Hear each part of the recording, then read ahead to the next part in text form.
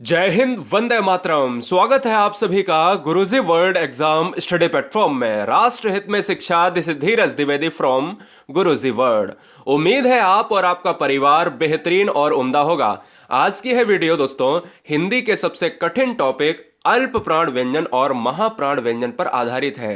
दोस्तों बताना चाहेंगे हर शेर हर शेरनी को कि परीक्षा हाल में एक ऐसी नौबत नहीं आनी चाहिए कि अल्प प्राण व्यंजन और महाप्राण व्यंजन में तुक्का आपको लगाना पड़े। तो चलिए स्टार्ट करते हैं इस वीडियो को और हेडिंग डाल लीजिएगा अल्प प्राण और महाप्राण व्यंजन, जिसमें हम पूरे टॉपिक को शिद्दत के साथ पढ़ेंगे और लास्ट में इस वीडियो में सबसे कठिन क्वेश्चंस को भी टेस्ट के रूप में लगा लेंगे। तो देखिएगा यहां पर अल्प प्राण व्यंजन और महाप्राण व्यंजन क्या होते हैं ये आपको जानना है। सबसे पहला पॉइंट जब एग्जाम में क्वेश्चन पूछा जाता है कि देखिए यहां उच्चारण के अनुसार व्यंजनों को कितने भागों में बांटा गया है, तो वहां ऑप्शन होते हैं 2, 3, 4, 5।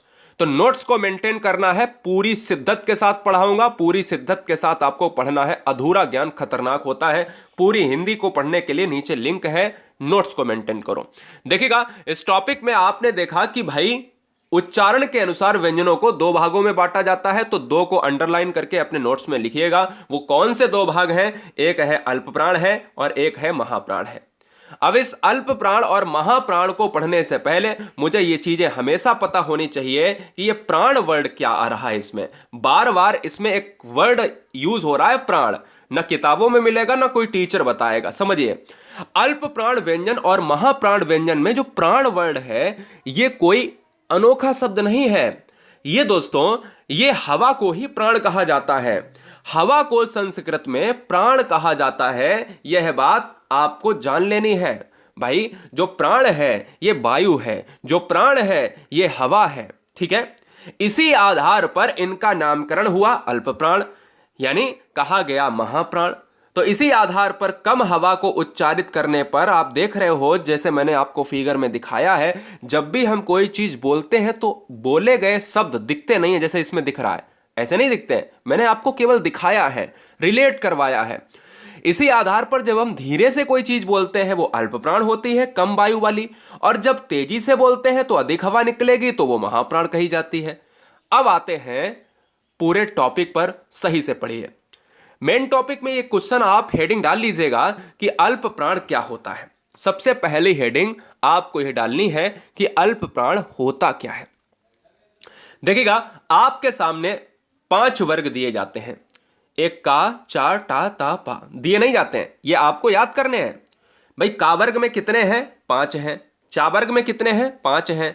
ऐसे ही टा वर्ग में 5 हैं, ऐसे ही ता वर्ग में 5 हैं, ऐसे ही पा वर्ग में 5 हैं। याद कैसे करोगे? कचट तप, कचट तप, कचट तप याद कर लो। ठीक है, कोई दिक्कत नहीं। ये वर्ग हैं, इनसे हमेशा घोष, अघोष, महाप्राण, स्वर, व्यंजन सब यहीं से निकलते हैं। अब देखो अल्प प्राण क्या है एक्चुअल में, कि हमेशा कोई भी व्यंजन इन 5 वर्गों पर आधारित है। इन 5 वर्गों पर आधारित है, तो इसको कहा गया है एक वर्ग, इसको कहा गया है दूसरा वर्ग, इसको कहा गया है तीसरा वर्ग, और इसको कहा गया है चौथा वर्ग, और इसको कहा गया है 5वां वर्ग। सेम टू सेम ऐसा अपनी कॉपी में लिखना है आपको। अब क्वेश्चन में यह भी पूछ लेता कभी कभी कि अल्प प्राण व्यंजनों की संख्या कितनी होती है। अब देखो जब भी आपसे पूछा जाए कि अल्प प्राण व्यंजन किस वर्ग में रहते हैं, तो आप हमेशा याद रखो कि पहला एक छोड़ दो, तीसरा और एक छोड़ दो, 5वां। पहले, तीसरे और 5वें वर्ग में सम्मिलित सभी तत्व अल्प प्राण व्यंजन कहलाते हैं। लिखना नहीं है, लिखना अब है। देखो ऐसे व्यंजन जिनको बोलने में कम समय लगता है और बोलते समय मुख से कम वायु निकलती है, उन्हें अल्प प्राण व्यंजन कहते हैं। क्वेश्चन यहीं से बनेगा। क्वेश्चन में ये कहा जाएगा कि ऐसे व्यंजन जिनको बोलते समय कम समय लगता है या फिर कम समय लगने के अलावा मुख से कम वायु लगती है, या क्वेश्चन को बदलेगा, कहेगा ऐसे व्यंजन जिनको बोलते समय कम जोर लगता है, कम दबाव लगता है, वो व्यंजन अल्प प्राण कहलाते हैं। क्वेश्चन में यह भी पूछ सकता है कि अल्प प्राण व्यंजन की संख्या कितनी होती है, तो संख्या होती है दोस्तों 20 होती है। याद कर लो पूरी तरीके से, ये पॉइंट बहुत इंपॉर्टेंट है। ठीक है, अब आते हैं थर्ड पॉइंट पर। इसी में थर्ड पॉइंट आपको स्टार बना के लिखना है। थर्ड स्टार बना के लिखना है कि प्रत्येक वर्ग का पहला, तीसरा, पांचवा वर्ण अल्प प्राण है। और एक और स्टार बना के लिख लेना कि सभी स्वर अल्प प्राण होते हैं। अब यहां पर आपको समझने वाली बात है कि पहला, तीसरा, पांचवा वर्ण अल्प प्राण है। यही तो बताया कि यह पहला है, यह तीसरा है और यह पांचवा है। एक छोड़ दो एक, ये क्या है, ये अल्प प्राण है। तो ये वाला अल्प प्राण है, फिर एक छोड़ो ये वाला, फिर एक छोड़ो ये वाला। ये क्या है, देखिए, का है, गा है, इया है, चा है, जा है, वहां है, टा है, ड़ा है और ड़ा है, ता है, दा है, ना है, पा है, बा है, मा है। यही देखना, का खा गा यानी का गा इया। तो यहां देखो, का गा इया, चा जा वहां, एक एक छोड़ दिया, ठीक है ना, एक एक छोड़ दिया। तो आपको यहां पर याद ये रखना है कि भैया कि यारा लावा भी आपको याद रखना है कि अंतस्थ व्यंजन को सबसे इंपॉर्टेंट तरीके से आपको याद रखना है। महाप्राण में ऊष्म व्यंजन और अल्प प्राण में अंतस्थ व्यंजन को रखा जाता है। संख्या आपको भूलनी नहीं है, 1, 3, 5 का आपको क्रम भूलना नहीं है, ठीक है। कम मुख से वायु निकले तो ये अल्प प्राण कहलाते हैं, ये भूलना नहीं है। स्वर सभी अल्प प्राण होते हैं, ये भूलना नहीं है। चाहो तो स्क्रीनशॉट ले लो, एग्जाम हाल से पहले इनको कंठस्थ कर लेना।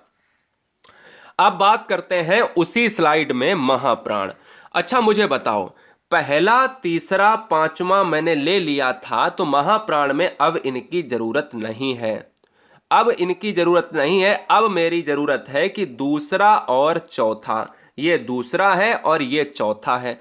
तो जो दूसरे और चौथे वर्ग में स्थापित होंगे वो महाप्राण कहलाएंगे। सेम टू सेम आपको ऐसा लिख लेना है, बिल्कुल अच्छी तरीके से, ठीक है, बिल्कुल अच्छी तरीके से लिख लेना है। यहां पर आपको परेशान होने की जरूरत नहीं है। अब बात करते हैं पॉइंट नंबर नेक्स्ट। महाप्राण को समझने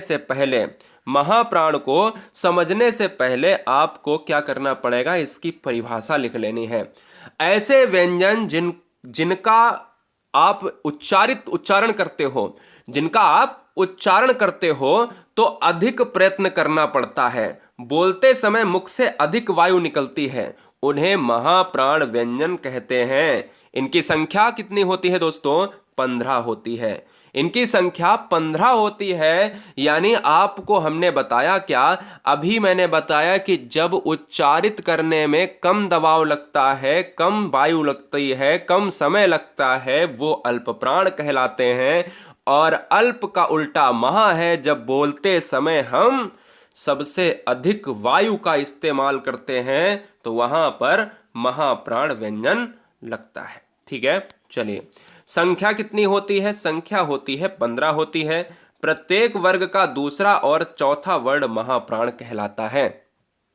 प्रत्येक वर्ग का दूसरा और चौथा वर्ण महाप्राण कहलाता है। यह बात दिमाग में फीड कर लो। यहां उल्टा था, यहां प्रथम, तृतीय और पांचवा था। इस चीज को आप याद कर लें। अब यहां देखिए 15 वाली वर्ड यहां याद करनी है, 20 वहां याद करनी है। और हमने कहा कि भाई ये दूसरा है, खा आएगा और चौथे में घा आएगा। ऐसे ही देख सकते हो, खा आएगा, घा आएगा, चा वर्ग में भी 2, यहां भी 2, यहां भी 2, यहां भी 2 और चारों ऊष्म व्यंजन। लेकिन एक चीज आप समझ लें, इसमें एक चीज समझने वाली बात है कि देखो उत्क्षिप्त व्यंजन और लिया गया है। उत्क्षिप्त व्यंजन को ढा कहते हैं, ढक्कन वाला। भैया इसको बहुत अच्छे से याद रखना है, ठीक है। चलिए अब क्वेश्चन पर आते हैं, देखते हैं क्वेश्चन में कितना दम है। क्वेश्चन में कितना दम है, पहला क्वेश्चन आपके स्क्रीन पर ये रहा। निम्नलिखित में महाप्राण वर्ड कौन से हैं। देखिए मैंने पूरे वीडियो में आपसे ये नहीं कहा है, चैनल में आए हो तो सब्सक्राइब कर लेना। गुरुजी वर्ल्ड एग्जाम स्टडी प्लेटफॉर्म आपके सब्सक्राइबर को यहाँ पर नहीं देखता है, आपके सब्सक्रिप्शंस को इंपॉर्टेंस नहीं देता है, आपके सिलेक्शन को इंपॉर्टेंट देता है। इसलिए अगर मेंटेन करने हैं नोट्स तो सब्सक्राइब करें, अगर सिलेक्शन शिद्दत से लेना, ईमानदारी से लेना है तो जरूर सब्सक्राइब करें। सुबह 9 बजे हिंदी की डिटेल क्लास होती है और रात्रि 8 बजे हिंदी का टेस्ट होता है डिटेल में। निम्नलिखित में महाप्राण वर्ण कौन सा है, तो आंसर जाएगा ऑप्शन नंबर किसके साथ, ए के साथ। क्यों जाएगा महाप्राण वर्ण दोस्तों, अभी मैंने आपको बताया है कि जो दूसरे और चौथे में आता है वो महाप्राण है, खा है और घा है। तो खा है और घा है, ये महाप्राण है। क्योंकि अगर मैं देखूंगा कि भाई का वर्ग में का क्या आता है, का खा और गा घा और ये, तो पहला और तीसरा और पांचवा ये तो अल्प प्राण हो जाएंगे, तो पहला अल्प प्राण है तो ये तो आंसर नहीं हो, मुझसे महाप्राण पूछा है। ठीक है, इसके अलावा अगर मैं देखूं तो यारा लावा आएगा अल्प प्राण में, हमने बताया था कि अल्प प्राण में सभी अंतस्थ व्यंजन आएंगे तो यारा लावा हो जाएगा। इसी तरीके से ता वर्ग होता है तो ता वर्ग स्टार्टिंग में आता है, तो पहला वाला स्टार्टिंग वाला कैसे हो जाएगा, ये भी अल्प प्राण ये भी अल्प प्राण, तो ये सभी हो जाएंगे। देखिए यहां पर ये देखिए दूसरे और चौथे में है, ये महाप्राण में आ जाएंगे। जिन व्यंजन वर्णों के उच्चारण में मुख से कम श्वास निकलती है उन्हें क्या कहते हैं? जिन व्यंजन वर्णों के उच्चारण में मुख से कम श्वास निकलती है उन्हें क्या कहते हैं? महाप्राण व्यंजन, अल्प प्राण व्यंजन, प्राण व्यंजन या फिर उपरोक्त में से कोई नहीं। तो दोस्तों अगर मैं बात करूं इस क्वेश्चन में तो आंसर किसके साथ जाएगा? ऑप्शन नंबर बी के साथ जाएगा। अल्प प्राण व्यंजन कहलाता है क्योंकि मुख से कम वायु निकल रही है, कम दबाव पड़ रहा है, कम श्वास यहां पर निकल रही है। नेक्स्ट, जिन व्यंजन वर्णों के उच्चारण में मुख से अधिक श्वास निकलती है उनके लिए क्या होगा?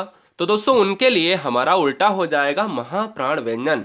वीडियो में लाइक जरूर कर देना यदि आपको वाकई में टॉपिक समझ में आ रहा है। नेक्स्ट वन, हिंदी में महाप्राण व्यंजनों की संख्या कितनी होती है? दोस्तों महाप्राण व्यंजन की संख्या पूछ रहा है, तो महाप्राण व्यंजन की संख्या 15 होती है। अभी अभी बताया था कि महाप्राण 15 होते हैं और अल्प प्राण कितने होते हैं, ये आपको बता देना है कि हिंदी में अल्प प्राण व्यंजन की संख्या कितनी होती है। दोस्तों जवाब दीजिएगा। तो अल्प प्राण व्यंजनों की जो संख्या होती है वो 20 होती है। हमने आपको अभी बताया कि भाई 20 अल्प प्राण के साथ और 15 महाप्राण के साथ ये वर्ड हमेशा गिने जाते हैं। प्रत्येक वर्ग का पहला, तीसरा और पांचवा वर्ड क्या होता है? प्रत्येक वर्ग का पहला, तीसरा और पांचवा वर्ड क्या होता है दोस्तों? तो दोस्तों यहां पर जो आंसर जाने वाला है वो अल्प व्यंजन जाने वाला है। अल्प व्यंजन का मतलब है अल्प प्राण। क्लियर है, ऑप्शन बी जाएगा। नेक्स्ट, प्रत्येक वर्ग का दूसरा और चौथा वर्ड क्या कहलाएगा? तो दूसरा और चौथा वर्ड जो कहलाता है ना वो कहलाता है, मैंने कहा दूसरा में और चौथे में एक छोड़ दो एक वाले, और जो छोड़े थे वही थे, और जो छोड़े थे वही थे, ये थे महा थे, जिसमें ज्यादा वायु लगती थी और ज्यादा वायु लगेगी वो ऑप्शन नंबर ए के साथ चला जाएगा। चैनल पर पहली बार है तो सब्सक्राइब कर लें राष्ट्रहित में, क्योंकि हम चाहते हैं कि हमारा परिवार, यदि वीडियो यानी आप हमारा परिवार है, यदि आप अगर वीडियो देख रहे हैं तो आपको असफलता कभी हाथ लगनी नहीं चाहिए। असफलता नहीं लगनी है, सफलता आपको लेनी ही पड़ेगी, वो किसी भी हर हाल में, क्योंकि इस बार सिलेक्शन हर घर में आना चाहिए।